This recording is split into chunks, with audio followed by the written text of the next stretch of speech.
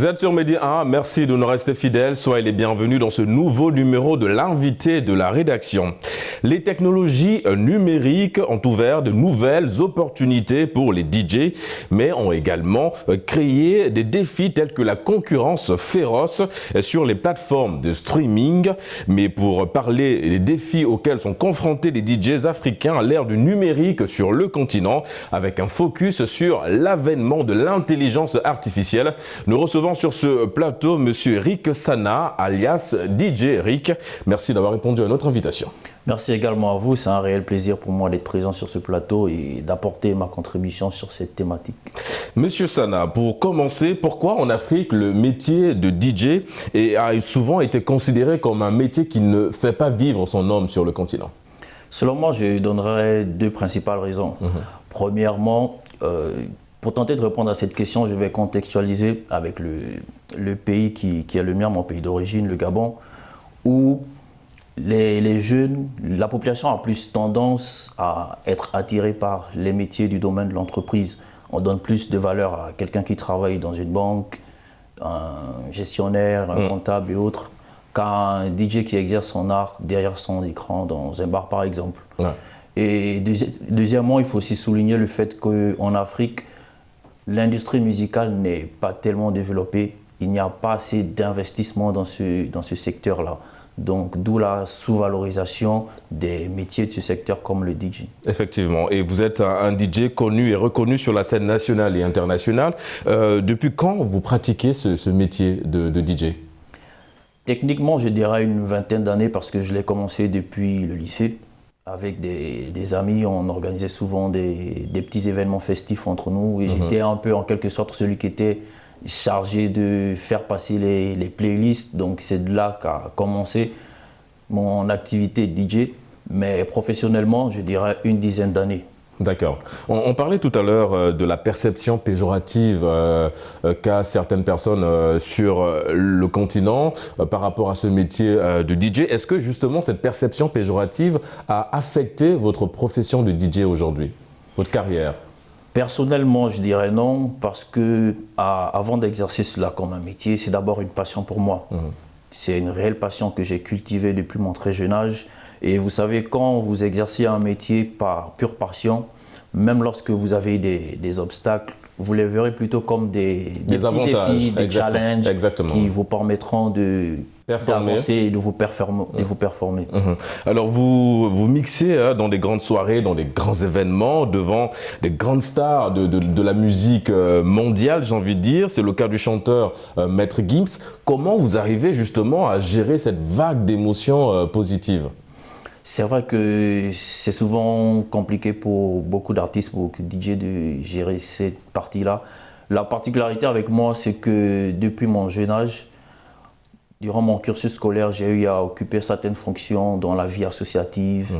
Et ces fonctions m'ont appelé à être au contact de personnes d'origines différentes, de cultures différentes. Ça m'a appris à avoir un savoir-être. Ça m'a amené même quelquefois à m'exprimer dans des stades avec des centaines de milliers de personnes. Et je crois que ça a été un réel atout. Ça m'a permis d'avoir un meilleur self-control au quotidien dans mon activité de DJ. Et justement, parlez-nous un peu de cette rencontre avec Maître Gims. On a vu évidemment des vidéos qui ont circulé, on a vu comment il dansait sur vos playlists. Qu'est-ce que vous vous êtes dit en aparté, évidemment, entre Gims et vous? Tout a commencé lorsque je suis arrivé au restaurant où j'anime chaque vendredi. Et le patron, il est venu vers moi, il m'a dit « Tiens, Rick, on a une réservation au nom de Maître Gims. » J'ai dit « Ah bon, d'accord, voyons voir ce qui va se passer. » Et ensuite, le gars, il est arrivé. J'ai eu des doutes parce qu'il avait un peu une corpulence assez différente de ce qu'on voit à la télé. Exactement. Je me suis dit « C'est pas lui. » Mais au finish, j'ai fait un test, j'ai dit « Je vais mettre un son. Je vais mettre un son de Maître Gims et je vais voir comment il va réagir. » J'ai mis le son et automatiquement, il a réagi. Il m'a dit non, vas-y, continue avec ta playlist elle me plaît. J'ai dit ah tiens, d'accord. Et j'ai continué, j'étais en train de jouer de la musique Afro House. J'ai continué avec et il s'est très bien ambiancé. Et après ma prestation, je suis allé vers lui, on a échangé quelques minutes et j'ai pris une photo. Bon, et évidemment, le contenu de la conversation elle est confidentiel, voilà. Même si on aurait voulu que vous la partagiez avec nous ici sur ce plateau. C'est un peu ça le salaire du DJ aujourd'hui, ce genre de reconnaissance-là, de ces personnalités mondialement connues, l'appréciation du travail que vous faites par ces personnes.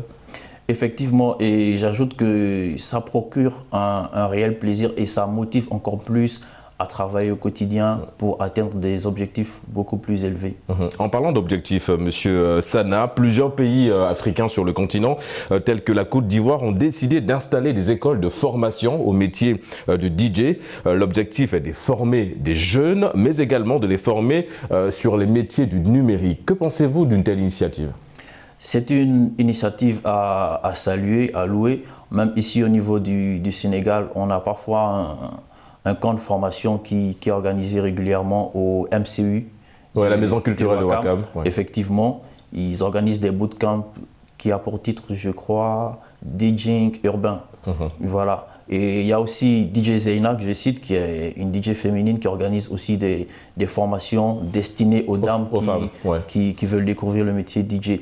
Et vous l'avez souligné, l'école de la Côte d'Ivoire, qui est vraiment une initiative à saluer. Je trouve que c'est très intéressant parce que ça va permettre à ceux-là qui veulent découvrir le métier DJ d'avoir les bases. Non seulement les bases techniques nécessaires pour exercer cette passion du DJing, mais aussi d'avoir les compétences managériales qui tournent autour. Parce que le DJ, c'est pas juste de la technique, c'est pas juste être là derrière un ordinateur ou une table de mixage, c'est aussi savoir se manager, savoir se vendre, savoir utiliser les outils numériques, les plateformes des réseaux sociaux pour gagner en visibilité. Et ces écoles-là représentent un réel avantage pour faire évoluer le métier DJ en Afrique. Justement, vous avez souligné un point qui est très intéressant en parlant du numérique. Quelle place le numérique occupe aujourd'hui dans la profession de DJ ?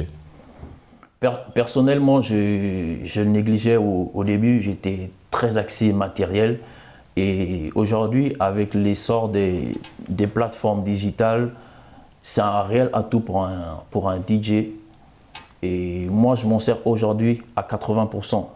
Parce que les premières années de ma profession, j'étais très axé travail, entraînement pour avoir les bases techniques. Et maintenant, c'est l'inverse. 80% de mon temps, je le consacre aux plateformes numériques pour être beaucoup plus présent et gagner en visibilité. Le DJing avant, c'était très matériel, c'était des CD, des disques vinyles. Exactement. Mais aujourd'hui, tout est numérique. Tout est numérique. Vous voulez télécharger des sons, c'est sur Internet. Vous voulez vous rendre visible, c'est sur Internet. Et donc, à 80%, je dirais, je suis à fond dans le numérique. On parle du numérique, on parle également de l'avènement de l'intelligence artificielle. Aujourd'hui, on a des IA qui fabriquent, on va dire ainsi, des playlists, des mixages. Comment l'intelligence artificielle peut-elle être utilisée aujourd'hui dans le métier de DJ ? Effectivement, c'est un réel atout. Mais en tant qu'outil, les DJ pourraient s'en servir. Et là, je parle beaucoup plus pour ceux qui sont dans la production. D'accord. Parce qu'on passe un temps fou à trouver des petits détails, des notes de musique et autres, alors qu'avec l'intelligence artificielle, on peut gagner un réel temps. L'intelligence artificielle va se charger pour vous de faire des compositions, des samples, des notes musicales. Et le producteur va consacrer l'autre partie du temps à autre chose. Allez vite fait en quelques mots, monsieur Sana, parce que nous arrivons au terme de cette émission. Quels sont vos projets à long et à court terme en ce moment ? À court terme, en ce moment, je me lance beaucoup plus dans la production. J'ai déjà eu à sortir un titre collé sous moi avec un artiste haïtien qui réside au Canada. Et je compte continuer là-dessus. J'ai notamment été contacté par des autres artistes, un artiste mozambicain et une artiste marocaine. Donc ce sont des collaborations futures et je compte beaucoup m'appesantir là-dessus. Et à long terme, pourquoi pas me lancer dans le domaine du spectacle parce que je ne resterai pas DJ éternellement. D'accord. Évidemment, il y a une reconversion de DJ Eric. En tout cas, merci d'avoir répondu à cette invitation. Je rappelle que nous avons reçu monsieur Rick Sana, alias DJ Eric. Vous êtes évidemment DJ. Merci d'avoir répondu à cette invitation. Merci à vous également.